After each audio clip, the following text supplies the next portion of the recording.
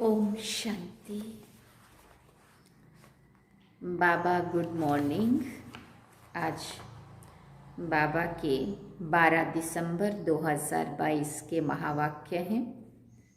बाबा ने सार में कहा, मीठे बच्चे, बाप भले यहाँ तुम्हारे सन्मुख है, लेकिन याद तुम्हें शांति धाम घर में करना है।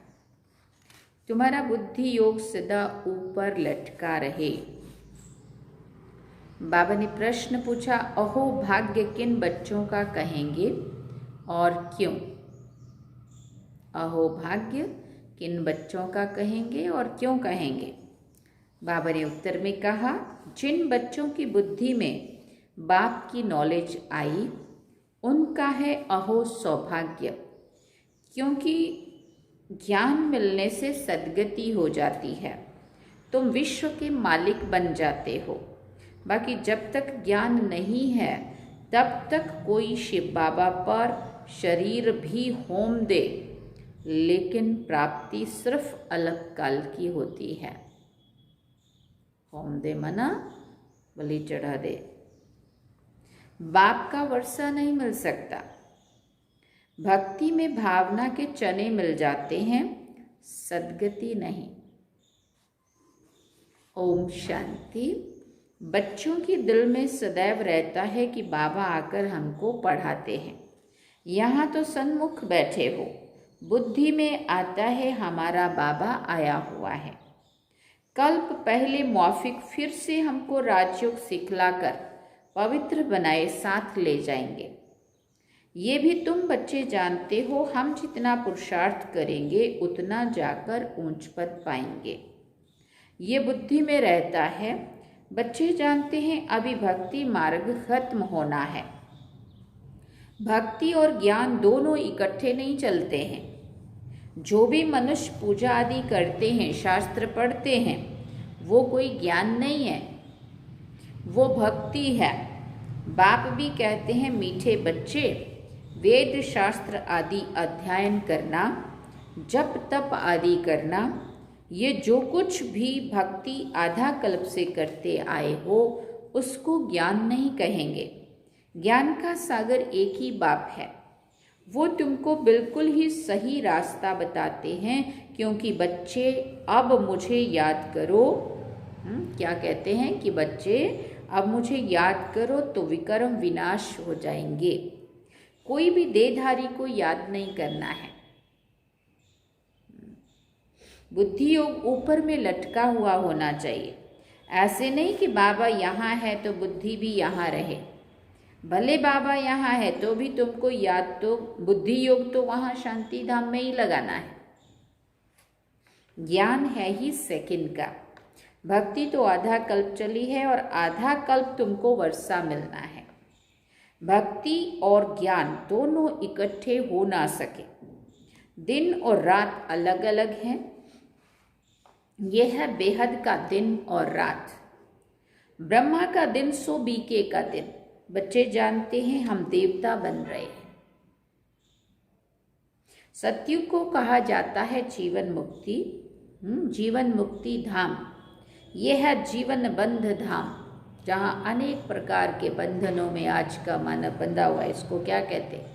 कलयुग को जीवन बंध धाम। इस समय सब रावण के बंधन में है, शोक वाटिका में है। तुमको अब पता पड़ा है शोक वाटिका किसको और अशोक वाटिका किसको कहा जाता है। पहले तो क्या समझते थे? श्रीलंका में लंका में ले गया रावण, वहाँ शोक वाटिका थी, वहाँ बिठा दिया था। अब क्या पता चला?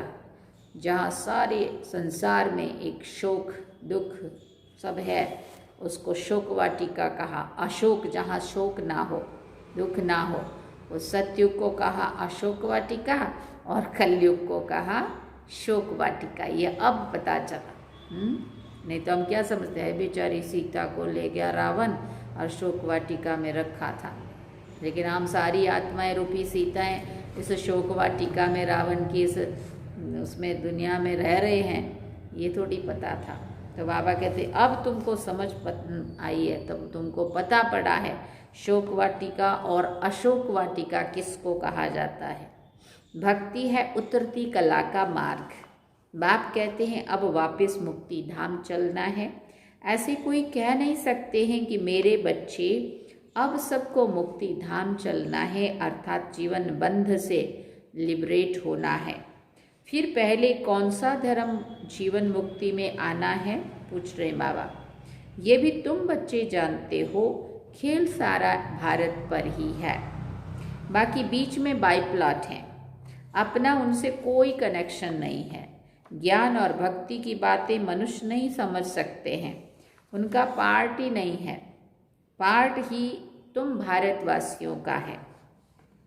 सतयुग आदि में देवी देवता ही थे, अब कलयुग में अनेक धर्म हैं।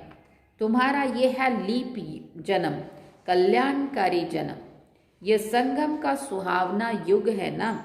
तुम जानते हो लौकिक बाप के भी हम हैं, फिर जीते जी पारलौकिक बाप के बने हैं। लौकिक बाप भी है और पारलौकिक बाप भी हाजिरा हजूर है। तुम्हारी आत्मा कहती है बाबा आप परम धाम से आए हो, हमको वापस ले जाने। बाप बच्चों से ही बात कर सकते हैं। जैसे आत्मा को इन आंखों से देख नहीं सकते हैं, वैसे परमात्मा को भी देख नहीं सकते। हाँ, दिव्य दृष्टि से साक्षात्कार हो सकता है। दिखाते हैं कि विवेकानंद को साक्षात्कार हुआ कि राम कृष्ण की आत्मा निकल मेरे में समा गई, ऐसा बताते हैं ना, उनको साक्षात्कार हुआ। परंतु आत्मा समा तो नहीं सकती है। हाँ, बाकी आत्मा का साक्षात्कार होता है। परमात्मा का भी यथार्थ रूप बिंदी है, परंतु गाया हुआ है वो हजारों सूर्यों से भी तेजोमय है। तो परमात्मा अगर वो साक्षात्कार ना कराए तो कोई का विश्वास ना बैठे। बिंदी रूप के साक्षात्कार से कोई समझ ना सके, क्योंकि उनको तो कोई जानता ही नहीं है। बिंदी है ये तो अभी पता चला ना। ये नई बात बाबा ही बतलाते हैं। परम आत्मा बड़ी चीज तो हो ना सके, वो अति सूक्ष्म ते सूक्ष्म है, उनसे सूक्ष्म और कुछ भी नहीं है। और जितना सूक्ष्म ते सूक्ष्म है उतना शक्तिशाली है, सर्वशक्तिवान। ये भी तुम बच्चों की बुद्धि में है कि हम आत्मा और परमात्मा जो बिंदी रूप है उनमें सारा पार्ट नूंधा हुआ है। आत्मा में 84 जन्मों का अपना अपना पार्ट नूंधा हुआ है। कितनी विचित्र बात है। बाप बिगर कोई समझा ना सके ये बातें तुम विलायत वालों को समझाओ तो वंडर खाएं और तुम्हारे ऊपर कुर्बान जाएं। प्राचीन भारत का ज्ञान और योग तुम ही समझा सकते हो। पहले पहले ये समझाना है कि आत्मा परमात्मा क्या वस्तु है। आत्मा के लिए कहते हैं स्टार है, परमात्मा के लिए नहीं कहेंगे कि वो स्टार है। आत्मा कोई छोटी बड़ी नहीं होती है, वो है ही एक बिंदी जो एक शरीर छोड़ दूसरे में प्रवेश करती है। तुम बच्चे समझते हो ड्रामा में जो कुछ चलता है वो नोंद है, चक्र फिरता रहता है। ये सब बुद्धि में प्रैक्टिकल आना चाहिए। दुनिया तो इन सब बातों को नहीं जानती है। सबसे तीखी दौड़ी आत्मा की है।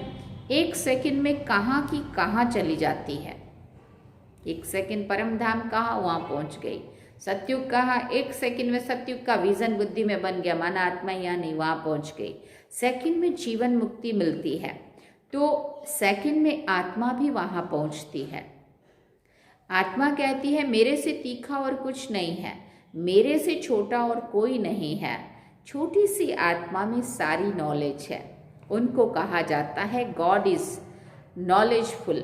आगे कहते थे भगवान सब कुछ जानते हैं। इसका मतलब ये नहीं है कि एक एक के दिलों को बैठ जानते हैं। ये तो ड्रामा में सब कुछ नोंद है। बाप समझाते हैं मैं इस झाड़ का बीज रूप हूँ। झाड़ का बीज अगर चैतन्य हो तो समझाए कि मैं ऐसे धरती पर रहता हूँ। गाया भी हुआ है ब्रह्मा द्वारा मनुष्य सृष्टि रचते हैं। बीज तो एक है ना। तुम आत्मा यहाँ शरीर धारण कर पार्ट बजाती हो, बाप कैसे आकर प्रवेश करते हैं ये तुम बच्चों को अभी मालूम पड़ा है ना। बाप आकर नॉलेज देते हैं, सदैव बैठा नहीं रहता है। जैसे ऑफिस में हम जाते हैं तो क्या सारा टाइम तो वहाँ नहीं बैठते ना, टाइम है वहाँ का भी। 9 बजे जाओ और 5 बजे छुट्टी, है ना। स्कूल में जाओ 9 बजे 10 बजे जाओ, 4 बजे 5 बजे छुट्टी, तो एक टाइम रहता है। तो बाबा कहता मैं भी कोई 24 घंटा इसी तन में नहीं रहता हूँ, मैं भी इस ऑफिस में आता हूँ, मेरा काम करता हूँ, जो भी बातचीत करनी है, समझाना है, पूछना है, जो भी काम करना है करता हूँ और वापस जाता हूँ। मैं सदैव बैठा नहीं रहता हूँ। बाप ने समझाया है जब झाड़ की जड़ जड़ीभूत अवस्था होती है तब मैं आता हूँ। अभी सहायता के लिए बहुत यज्ञ रचेंगे। यह है रुद्र ज्ञान यज्ञ। श्री कृष्ण यज्ञ ना ज्ञान यज्ञ हो ना सके। श्री कृष्ण तो देवता थे, वो तो द्वापर में आ ना सके। देवता फिर क्षत्रिय वैश्य शूद्र बनते हैं। श्री कृष्ण देवता द्वापर में कैसे आ सकता है। रावण राज्य में देवताएं पैर नहीं रखते हैं। तुम बच्चे जानते हो आत्मा अविनाशी है, आत्मा में ही संस्कार रहते हैं, शरीर तो खत्म हो जाता है, आत्मा में ही अच्छे व बुरे संस्कार रहते हैं। अब तुम समझते हो जो भी मनुष्य मात्र हैं वो ड्रामा प्लान अनुसार चल रहे हैं। आगे ये नहीं समझते थे कि सृष्टि किस आधार पर चलती है। पहले ये नहीं पता था कि सृष्टि किस आधार पर चलती है। ईश्वर के आधार पर तो है ही। ये तो बना बनाया खेल है जो फिरता रहता है। ऐसे नहीं कि ईश्वर के आधार पर खड़ा है। जैसे तुम्हारा पार्ट है वैसे परमात्मा का भी पार्ट है। साक्षात्कार भी मैं कराता हूँ। भक्ति मार्ग में हर एक की मनोकामना अल्पकाल के लिए पूरी होती है। दान पुण्य आदि जो कुछ करते हैं उसका अल्पकाल के लिए सुख मिलता है। थोड़ा सा सुख मिला फिर ऐसा कर्म करते हैं जो उनको भोगना पड़ता है। कहते हैं भावी के भुंगरे मन चने भी अच्छे हैं। भक्ति मार्ग में मेहनत करते हैं, मिलता क्या है? चने। शिव बाबा पर भले शरीर भी होम देते हैं तो भी मिलते भुंगरे ही हैं। वर्षा तो मिल ना सके, है ना। काशी कलवट खाने समय विक्रम भले विनाश होंगे, फिर से शुरू हो जाएंगे। जो अभी तक के किए हुए हैं वो जितना कष्ट मिला आत्मा को उतना सारे साफ हो गए, परंतु दोबारा ऐसा तो है नहीं कि उससे सत्युगी राजा ही मिले। दोबारा शिव जन्म लेंगे, दोबारा विक्रम शुरू हो जाएंगे। तो भावना के भुंगरे हुए ना, माना जन्म जन्मांतर की जो प्राप्ति होनी चाहिए वो तो नहीं हुई ना वर्तमान में हुई, ना फ्यूचर के लिए हुई। ज्ञान मार्ग में तो तुमको देखो कितना मिलता है। एकदम तुम विश्व के मालिक बन जाते हो, और वो भी एक जन्म की प्राप्ति नहीं है, जन्म जन्मांतर उसी में। 21 जन्म तो क्या पूरा चक्र ही उसमें तर जाता है।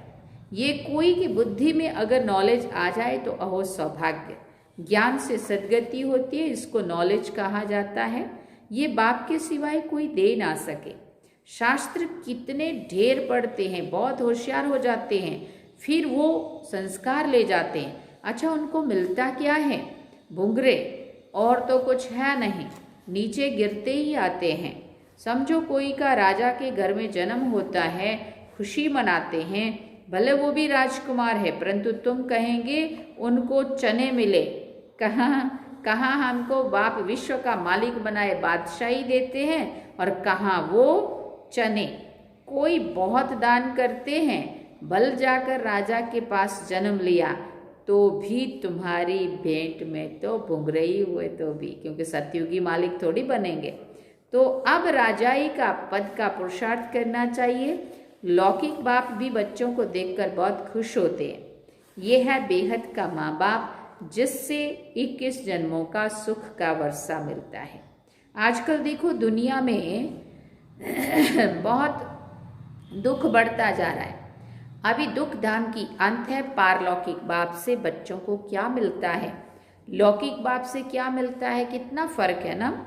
यहाँ कर्मोनुसार कोई गरीब बनता है, कोई कैसे बनता है।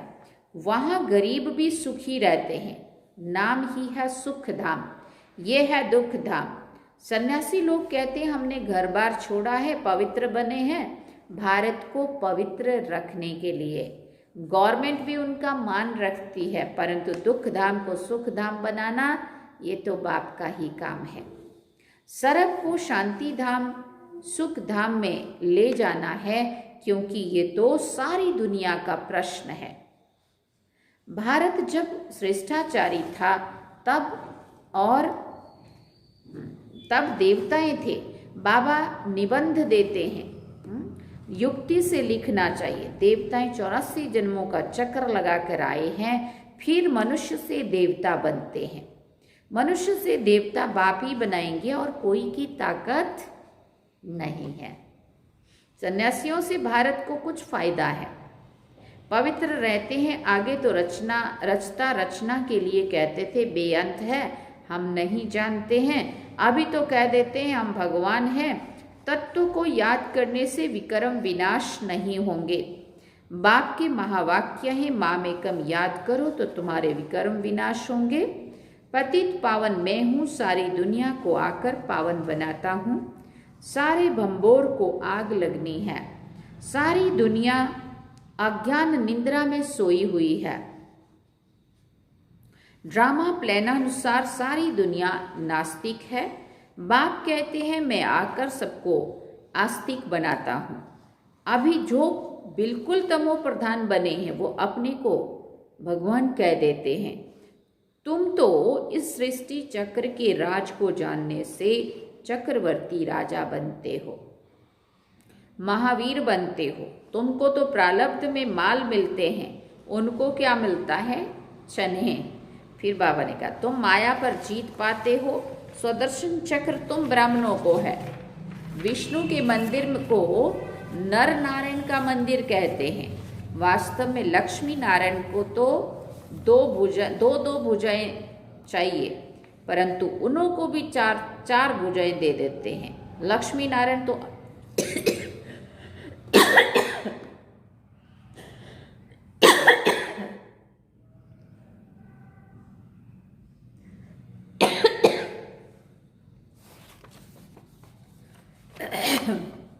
सॉरी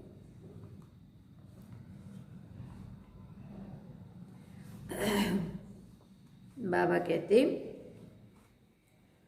लक्ष्मी नारायण तो अलग ठहरे ना। अगर वो 4 भुजा वाले हैं तो उनकी संतान भी 4 भुजा वाली आती। ऐसे तो है नहीं। देखो बाप कितना अच्छी रीति समझाते हैं। अब तुम समझदार मास्टर नॉलेजफुल बन गए हो। पतितों को पावन बनाना है, घर वालों को उठाना है, घर को भी मंदिर बनाना है। बच्चे कहते हैं बाबा फलाने की बुद्धि का ताला खोलो। अब मैं सिर्फ ये काम करने के लिए बैठा हूँ क्या? लोगों की बुद्धि के ताले खोलने के लिए बैठा हूँ क्या? बाबा पूछते। तुम तो ब्राह्मणिया हो, भूं भूं करके भूं तुमको करनी है। ब्राह्मणों को सर्विस करनी है, पद भी तुमको पाना है। मैं निष्काम सेवाधारी हूँ और कोई निष्काम हो नहीं सकता। मैं तुमको स्वर्ग का मालिक बनाता हूँ, मैं नहीं बनता हूँ। मकान भी तुम बच्चों के लिए बनाए हैं, मैं तो पुरानी कुटिया में बैठा हूँ। मेरे लिए पुराना मकान पुराना शरीर है। शिव बाबा पुराने तन में रहता है तो ये फिर कहाँ जाएगा? निष्काम सेवा एक बाप ही कर सकता है। तुम जानते हो बाबा से हम विश्व के मालिक बने का वर्षा लेते हैं तो खुशी से झोली भरनी चाहिए। देखो ज्ञान कितना ऊंचा है। भक्ति में तो क्या क्या दान पुण्य जप तप आदि करना पड़ता है। सतयुग में सबकी ज्योति जगी रहती है, परंतु वहाँ पर ज्ञान नहीं रहता है कि हम तमो प्रधान से सतो प्रधान बने हैं। वो है प्रारब्ध। नए सिरे चक्र शुरू होता है। ये अनादि है। सूर्य निकलता है फिर जाता है। ये धरती का फेरा है। ऐसे नहीं ईश्वर फेरता है। ऐसा नहीं है कि ईश्वर फेरता है, ये धरती का ऑटोमेटिकली चक्र है जो फिर रहा है। अच्छा, मीठे मीठे सिकिल दे बच्चों प्रति माता पिता बाप दादा का याद प्यार और गुड मॉर्निंग। रूहानी बाप की रूहानी बच्चों को नमस्ते। हम रूहानी बच्चों की रूहानी माता पिता बाप दादा को दिल व जान सिकवा प्रेम से याद प्यार गुड मॉर्निंग नमस्ते। थैंक यू बाबा, शुक्रिया बाबा। धारणा के लिए मुख्य सार है। पहला पॉइंट, घर घर को मंदिर बनाना है, परिवार वालों की सेवा भी करनी है, ऊंचे ज्ञान का सिमरन कर खुशी से झोली भरनी है। दूसरी बात बाबा ने कही, किसी भी देहधारी को याद नहीं करना है, अपना बुद्धि योग ऊपर लटकाना है, सुहावने संगम युग पर जीते जी पारलौकिक बाप का बनना है। वरदान में बाबा ने कहा, यथार्थ सेवा द्वारा सेवा का प्रत्यक्ष फल खाने वाले मन बुद्धि से सदा तंदुरुस्त भव। यथार्थ सेवा द्वारा सेवा का प्रत्यक्ष फल खाने वाले मन बुद्धि से सदा तंदुरुस्त भव। यदि सेवा योग युक्त और यथार्थ है तो सेवा का फल खुशी, अतीन्द्रिय सुख, डबल लाइट की अनुभूति अथवा बाप के कोई ना कोई गुणों की अनुभूति प्रत्यक्ष फल के रूप में जरूर होती है। और जो प्रत्यक्ष फल खाते हैं वो मन बुद्धि से ज्यादा तंदुरुस्त रहते हैं। अगर कमजोर रहते हैं तो समझो ताजा प्रत्यक्ष फल नहीं खाते हैं। प्रत्यक्ष फल सदा हेल्दी बनाता है, इसलिए आपका स्लोगन है एवर हेल्दी, एवर वेल्दी और एवर हैप्पी। स्लोगन में बाबा ने कहा, अपने हर कर्म द्वारा ब्रह्मा बाप के कर्म को प्रत्यक्ष करने वाले ही कर्म योगी हैं। अपने हर कर्म द्वारा ब्रह्मा बाप के कर्म को प्रत्यक्ष करने वाले ही कर्म योगी हैं। अच्छा, ओम शांति। सार में बाबा ने कहा, मीठे बच्चे, बाप भले यहाँ तुम्हारे सन्मुख बैठे हैं, लेकिन याद तुम्हें शांति धाम घर में करना है। तुम्हारा बुद्धि योग सदा ऊपर लटका रहे। ये थे बाबा के आज के महावाक्य जो हम सब ने सुने। अब हम बाबा को याद करेंगे। चलिए बाबा की